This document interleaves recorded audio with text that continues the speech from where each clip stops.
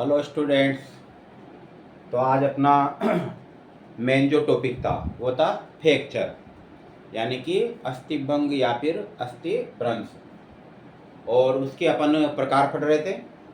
और आज जो अपना चलेगा वो चलेगा आघात अस्थिभंग, यानी कि अपन ने जो है ना 4 तक पढ़ लिया था, ग्रीन स्टिक तक, और नंबर 5 में चलेंगे अपन आघात अस्थिभंग। आघात अस्थिभंग, इसको आपको पता है अस्थिभ्रंश भी कहते हैं। तो इस प्रकार के फ्रैक्चर में क्या होता है कि जब अस्थियां टूटती है तो उन टूटी हुई अस्थियों के जो अंतिम जो भाग होते हैं ना, अंतिम सिरे, वो एक दूसरे में क्या होते हैं, मजबूती से धस जाते हैं।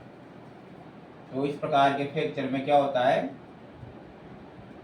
टूटी हुई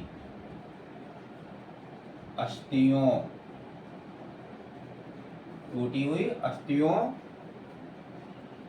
के सिरे एक के अंतिम सिरे, टूटी अस्थियों के अंतिम सिरे एक दूसरे में मजबूती से आपस में धस जाते हैं,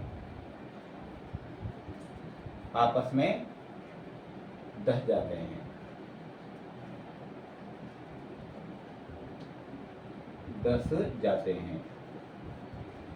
तो आघात का मतलब अचानक ही, मान लो ये जैसे ये अस्थि है, पूरी अस्थि, अब इसमें किसी कारण से इधर से भी चोट लगी, इधर से भी चोट लगी, तो होगा क्या कि जैसे ये अस्थि है ना, ये 2-3 भागों में विभक्त हो गई है, यानी इनके बीच के भाग टूट करके नीचे गिर गए या उसमें मांस में घिस गए। तो होगा क्या, थोड़ा बड़ा करके बताते हैं। देखिए जैसे ये अस्थि है, ये चाहे ये मतलब ये फीमर वाली हो या फिर जैसे रेडियस अल्ना वाली हो या हुमरस वाली हो, जब इनमें दबाव लगता है तो दबाव के कारण इनके जो है ना टूटे हुए, जैसे मान लो इस टाइप से टूट गई है ये, तो होगा क्या कि ये जो है ना, ये वाला कोना इसमें धस जाएगा और ये वाला कोना इसके अंदर, यानी कोने एक दूसरे में धस जाते हैं ये, जहां भी इनको गैप मिलेगा। तो इस प्रकार से टूटी हुई अस्थियों के अंतिम सिरे जो होते हैं वह मजबूती से एक दूसरे में धस जाते हैं और जकड़ जाते हैं ये, इस प्रकार का। हालांकि ये होता क्या है, ज्यादातर उन अस्थियों में होता है जो एक ओर से फ्री रहती है। जो अस्थियां एक ओर से फ्री का मतलब है या तो किसी गुहा में फिट रहती हो, और मान लो जैसे उदाहरण के रूप में ये ज्यादातर ये लगेगा जहां पर दबाव लगता है, ये जो है श्रोणि मेखला वाला भाग है। तो ये श्रोणि मेखला वाला भाग है, तो इसमें क्या है, इस गुहा का नाम, इसका नाम है एसिटाबुलम केविटी, और इस एसिटाबुलम केविटी में ये फीमर का सिर आता है, ये फीमर अस्थि है। ये यहाँ पर ये दो अस्थियां जुड़ी रहती है, इसका नाम टिबिया फिबुला रहता है, और ये फीमर का सिर होता है। तो किसी कारण से आघात लगा अचानक ही, तो ये जो क्या होगा, ये फीमर वाला जो हिस्सा है इस प्रकार से 2-3, यानी इसके जो सिर है ना उसमें टूट जाएगा। और ये जो गुहा है ये भी अस्थियों से बनी है, तो इस गुहा की जो है ना इस प्रकार से ये भी गुहा भी टूट गई अंदर से, मतलब तो ये वाले सिर है ना, जो नुकीले सिरे एक दूसरे में धस जाते हैं ये। तो इस प्रकार के फ्रैक्चर में टूटी हुई अस्थियों के जो अंतिम सिर है वो एक दूसरे में धस जाते हैं। तो इसका प्रमुख उदाहरण भी यही आएगा, फीमर अस्थि का एसिटाबुलम केविटी में धस जाना। फीमर अस्थि का एसिटाबुलम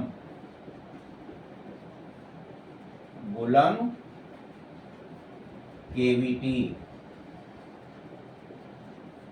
में धस जाना। तो इस प्रकार इसका ये उदाहरण है। और इसके बाद चल रहे अपन नंबर 6 में, यानी 6 नंबर, दबाव अस्थिभंग। दबाव अस्थिभंग, नाम से पता लग रहा है इसमें क्या प्रेशर पड़ता है, यानी दबाव के कारण अस्थियों में परस्पर क्या हो जाता है, फ्रैक्चर हो जाता है।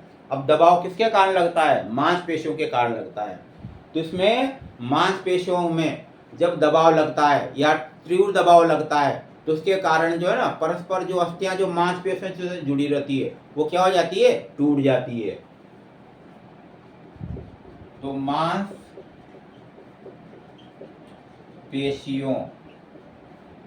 में तीव्र दबाव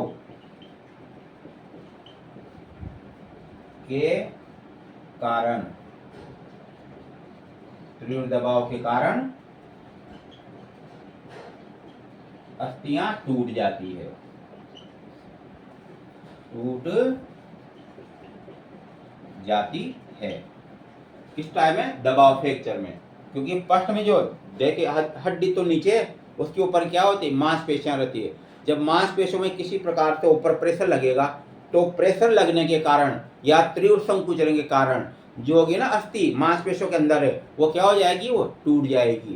तो इस प्रकार का जो फ्रैक्चर होता है 2-3 भागों में एक तो होता है, मतलब जैसे तीव्र श्वास ले तो कभी कभी है ना किसी कारणवश पसलियों में फ्रैक्चर आ जाता है। हालांकि ऐसा चांस कम मिलता है, लेकिन जब कोई क्रिया कर रहे हैं और जिस समय अपन तेज श्वास ले रहे हैं उसी दौरान मान लो किसी प्रकार की चोट लग गई है ना, तो उसके दौरान क्या होता है, पसलियों में फ्रैक्चर हो जाता है। क्योंकि पसलियों के ऊपर क्या रहती है, मांसपेशियां रहती है। जब मांसपेशियों पर दबाव लगेगा तो इस प्रकार का फ्रैक्चर हो जाएगा। दूसरा होता है भारोत्तोलक की क्रिया में। तो भारोत्तोलक की क्रिया में आपने को भार उठाया जाता है और पूरा का दोनों हाथों से यूं करके, तो पूरा का पूरा जो प्रेशर कहाँ पर आता है, पीछे वाले जो रीढ़ की हड्डी है उसमें प्रेशर आता है, उसके कारण वह टूट जाती है। इसी भारोत्तोलक की जो क्रिया होती है उसमें मेटाटार्सल और टिबिया फिबुला कहाँ पर है, दोनों पैरों की अस्थियां, ये मतलब मेटाटार्सल ये अपना जो तलवार रहता है उसके। तो भारोत्तोलक में क्या होता है, मतलब ये टिबिया फिबुला पर भी प्रेशर लगता है और नीचे उस पर लगेगा। तो जब यूं करके उस टाइप से उठाया जाता है तो क्या होता है, इस टाइप का फ्रैक्चर होता है। तो इसमें याद रखना तीव्र श्वास की क्रिया, तीव्र श्वास की क्रिया में, तीव्र श्वास की क्रिया में पसलियों में, अगर इस पे नंबर डाले तो नंबर 1, नंबर 2 में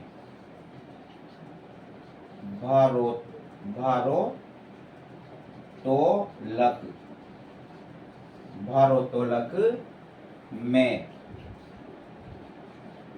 रीढ़ की हड्डी यानी कशेरुकदंड। नंबर 3 मेटाटार्सल, इसमें ये भारोत्तोलक में है ना, मेटाटार्सल व टिबिया फिबुला में, टिबिया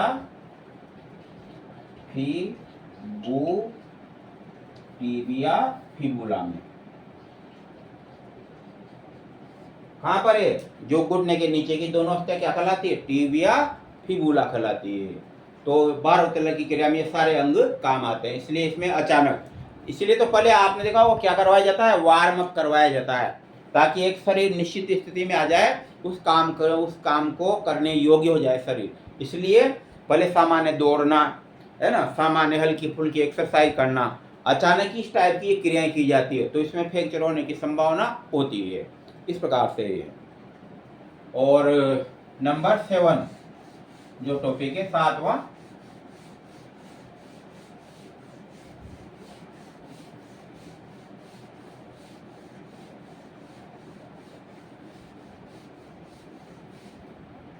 तो 7वां जो अपना जो टॉपिक है वह है कम्युनिटेड अस्थिभंग।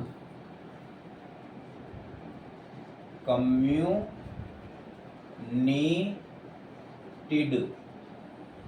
कम्युनिटेड अस्थि भंग। यानी इसको देखा जाए तो हिंदी का अर्थ निकाला जाए इसका, और तो सारे अर्थ बताए थे मैंने अंग्रेजी का है जो भी है ना। हिंदी का अर्थ निकाला जाए तो कम्युनिटी, कम्युनिटी का मतलब क्या होता है, सोसाइटी होता है वैसे, है ना। और सोसाइटी में क्या है, बहुत सारे मतलब लोगों का या समितियों का जैसे जुड़ाव होता है। तो यहाँ पर इसका अर्थ निकलेगा सामूहिक अस्थि भंग। एक प्रकार क्या है ये, सामूहिक। तो इसमें अस्थियां परस्पर छोटे छोटे टुकड़ों में बढ़ जाती है, और या फिर अस्थियां परस्पर क्या है, कुचल जाती है। इस प्रकार का फ्रैक्चर होता है। तो इसमें क्या है, अस्थि कई स्थानों से टूट जाती है या फिर कुचल जाती है। अस्थि कई स्थानों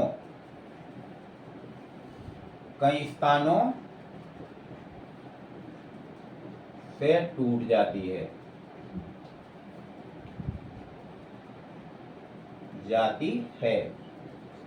या कुचल जाती है, या कुचल जाती है, या अस्थि कुचल जाती है।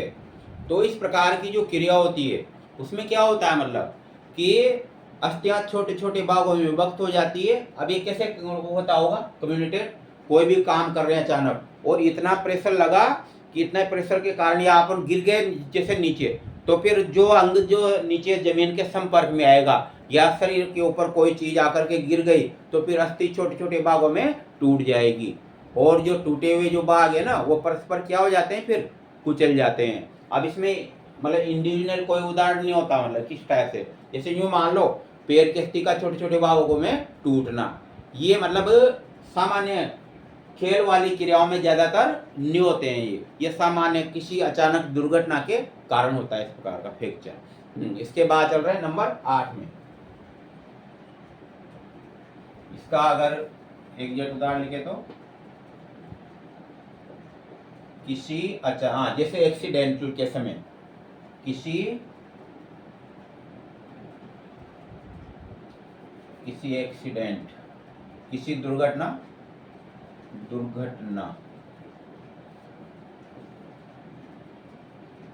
एक्सीडेंट में, तो जो उस दुर्घटना एक्सीडेंट में संपर्क में आती है अस्थि, वही वो छोटे छोटे भाग में टूट जाती है या फिर कुचल जाती है। इसका ये इंडिविजुअल उदाहरण है, एक्सीडेंटल फ्रैक्चर होता है एक प्रकार का है।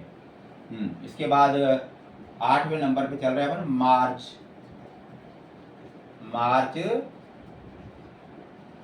अस्थि भंग। अब कहीं आप सोच रहे हैं तो हमने नाम ही नहीं सुना कभी भी, मार्च अस्थि भंग क्या होता है, लेकिन एक प्रकार है और बुक्स में या कंपटीशन का जो सिलेबस होता है ना तो उसमें वर्णित है ये। और जानते हो आजकल तो न्यू मानो नेट का जमाना, सर्च करोगे तो आपको मिल जाएगा। फिर एक अर्थ है मार्च कैसे नाम लिखा, मार्च का अर्थ कोई महीना नहीं होता है, मतलब ये मार्च का होता है, जैसे मार्च पास्ट पढ़ा है आप खुद, इससे जुड़े हो स्पोर्ट्स से तो मार्च पास्ट करते हैं।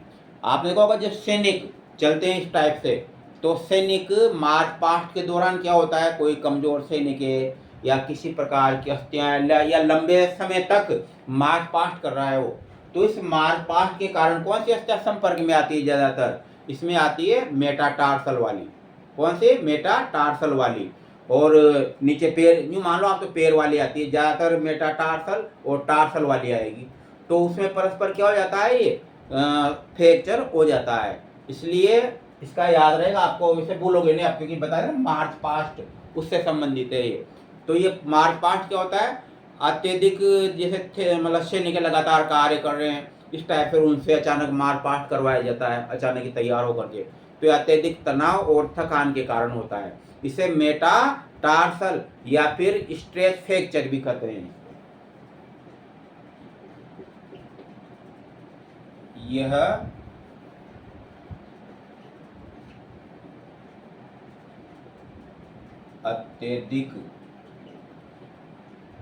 अत्यधिक तनाव या थकान के कारण थकान के कारण होता है। यह मार्च पास्ट, ये मार्च पास्ट के दौरान, मार्च पास्ट के दौरान सैनिकों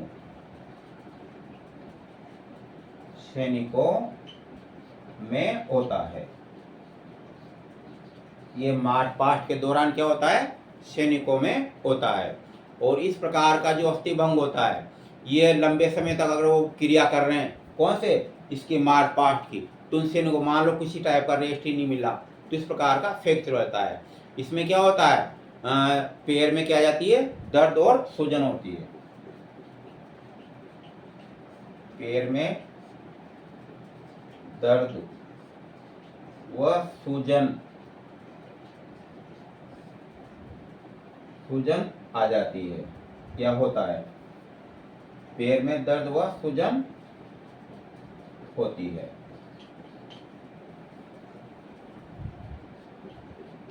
तो इस प्रकार से ये फ्रैक्चर होता है। और किस में होता है? ये पैर में। पैर में आएगा तो पैर में हो रहा है ना। इसके बाद इसमें इसे स्ट्रेस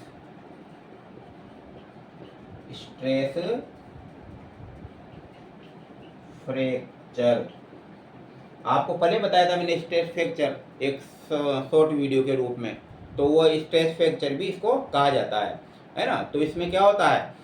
इसमें वही अस्थि छोटे छोटे जो होते हैं ना, दरारें आ जाती है अस्थियों के, पैरों के अंदर अच्छा एकदम उसका प्लास्टर भी नहीं चढ़ाया जाता है। धीरे धीरे रेस्ट के दौरान उसमें ही आराम आता है। फिर धीरे धीरे लंबे समय तक उस अंग को उसी अवस्था में रखा जाता है, या फिर एक फिट निश्चित नाप के जूते पहने जाते हैं, ताकि वो अस्थि जो गैप हुआ ना, हल्का हल्का गैप है, इसमें यूं नहीं कि अस्थि एकदम टूट करके लग जाता, नहीं, छोटी छोटी दरारें आ जाती है। लेकिन किस समय आती है? जब लंबे समय तक मारपाट किया जाता है ना, तो उस समय इस प्रकार का फ्रैक्चर होता है। तो इसे स्ट्रेस फ्रैक्चर या मेटाटार्सल फ्रैक्चर भी कहते हैं।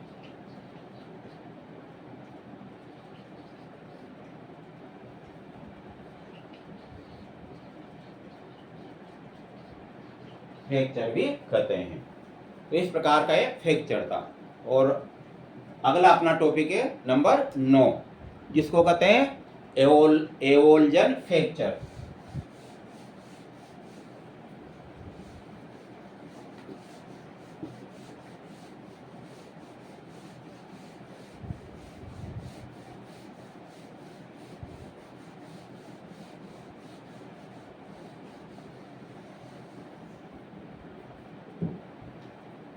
नंबर 9, एवोल्जन फ्रैक्चर यानी अस्थि भंग।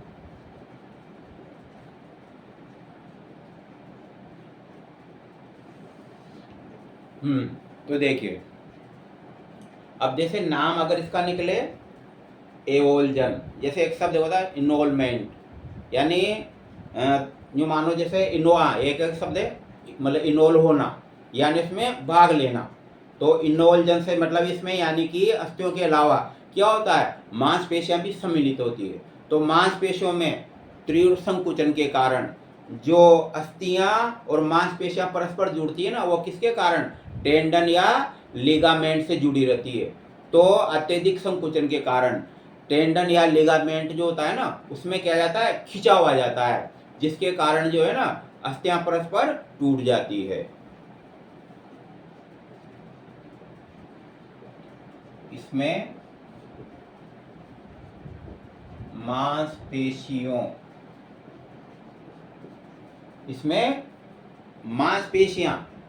ये स्पष्ट बार शब्द नहीं आ रहा है, टेंडन्स या लिगामेंट, इसका अर्थ पहले भी मैंने आपको स्पष्ट कर दिया था। अस्थियां और जो मांसपेशियां हैं परस्पर ये जुड़ी रहती है, तो इनको जोड़ने वाले जो होते हैं इससे, वह क्या कहलाते हैं? टेंडन्स या लिगामेंट्स होते हैं। तो मांसपेशियों में तीव्र संकुचन के कारण क्या होता है? इसमें जो टेंडन्स या लिगामेंट होते हैं, इसमें भी साथ में क्या होता है, तीव्र संकुचन होता है, जिसके कारण अस्थियां परस्पर टूट जाती है। तो इसमें मांसपेशियों व एक साथ जोड़ दो, मांसपेशियों व टेंडन्स, इसमें मांसपेशियों व टेंडन्स, लिगामेंट या लिगामेंट्स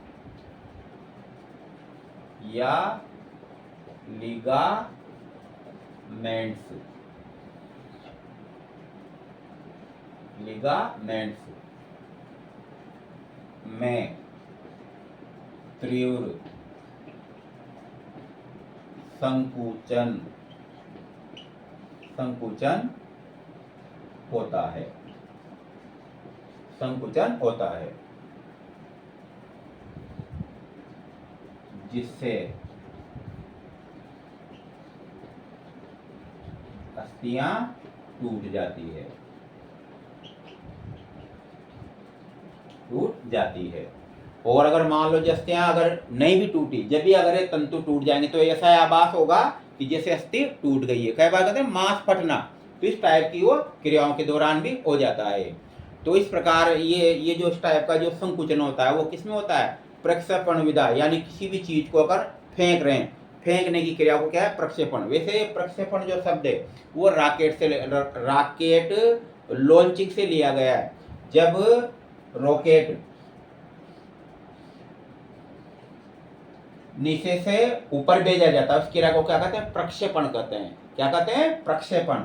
तो ये प्रक्षेपण का मतलब होता है तीव्र गति से एक और देखो, इसमें जो अत्यधिक तीव्र गति से इसको ऊपर भेजा जाता है। नहीं तो आपको जानते हो गुरुत्वाकर्षण का नियम, किसी भी चीज को जब नीचे से ऊपर फेंकेंगे वापस लौट करके नीचे आती है वो, क्योंकि गुरुत्वाकर्षण के कारण वो जो है ना वो नीचे की तरफ आती है, यानी वो खींचती चली आती है, यानी पृथ्वी का गुरुत्वाकर्षण को खींचता है और ये रॉकेट को भी खींचेगा। तो लेकिन इसका जो पलायन वेग है इतना रखा जाता है वो जो है ना पृथ्वी की गुरुत्वाकर्षण क्षमता इसको पार कर जाता है और वापस लौट करके नहीं आया।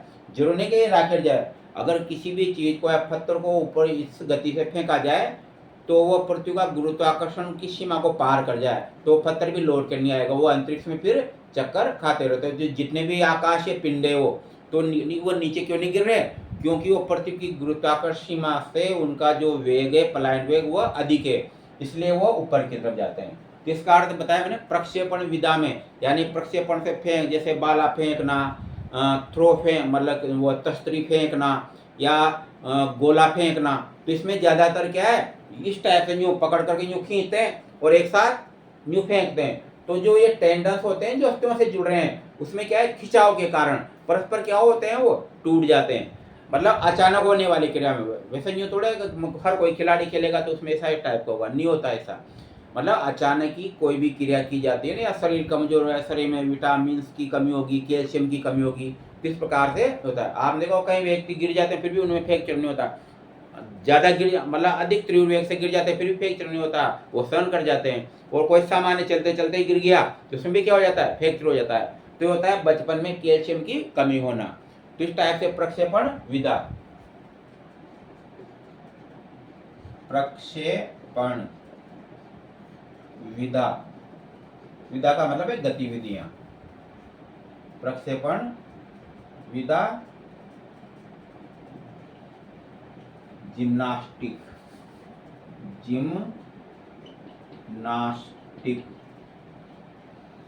जिम्नास्टिक की जो क्रियाएं होती है वो भारोत्तोलक,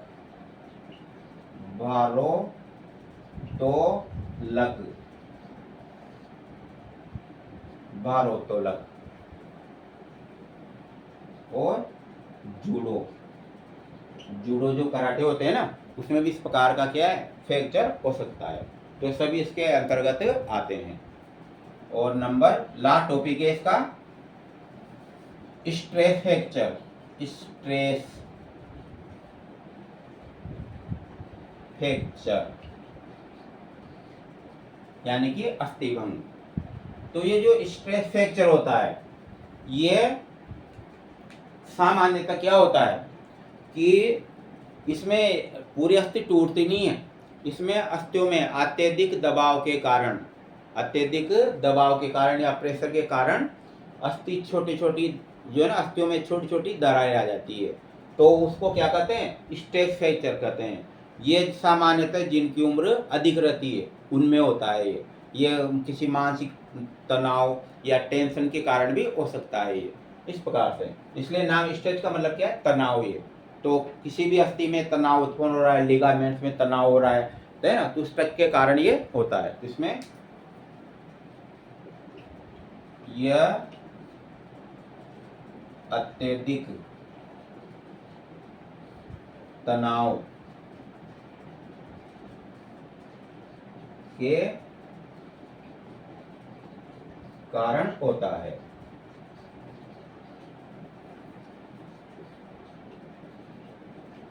इसमें अस्थियों में छोटी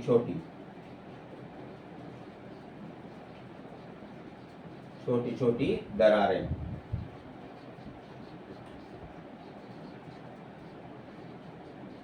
आ जाती है। अस्थियों में छोटी छोटी दरारें आ जाती है। ये अधिक, यानी जिनकी उम्र 50-60 के ऊपर है उनके, ये अधिक उम्र वाले मनुष्यों में होता है।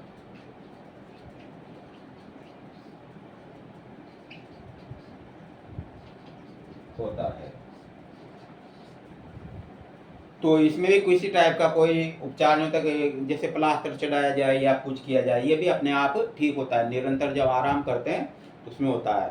या एक निश्चित जो अपने पैर की जो साइज है ना, उन जूतों को लगातार पहने रहने से जो अस्थियों में गैप आया था ना, वो गैप वापस भर जाता है। ये इस प्रकार से ये अस्थि बनते। तो इसमें से जितने भी पीटा एग्जाम होता है उसमें अगर शॉर्ट क्वेश्चन बनते हैं ना, यानी जैसे इनमें से कोई भी टॉपिक है और इसमें से कोई क्वेश्चन बना तो इसमें से आएंगे, मतलब पूरे के पूरे वो टॉपिक इस प्रकार से हैं ये, अगर इस टॉपिक में से बना है। अन्यथा ये तो फिर भाई स्पोर्ट मेडिसिन है तो इसमें से 5 क्वेश्चन आते हैं, और कभी कभी अगर 10 लिए तो ये जो मतलब अकॉर्डिंग जो है ना, इसी के अंतर्गत आ जाएंगे वो क्वेश्चन, आपके सोल्व हो जाएंगे वो। बाकी कल पढ़ेंगे।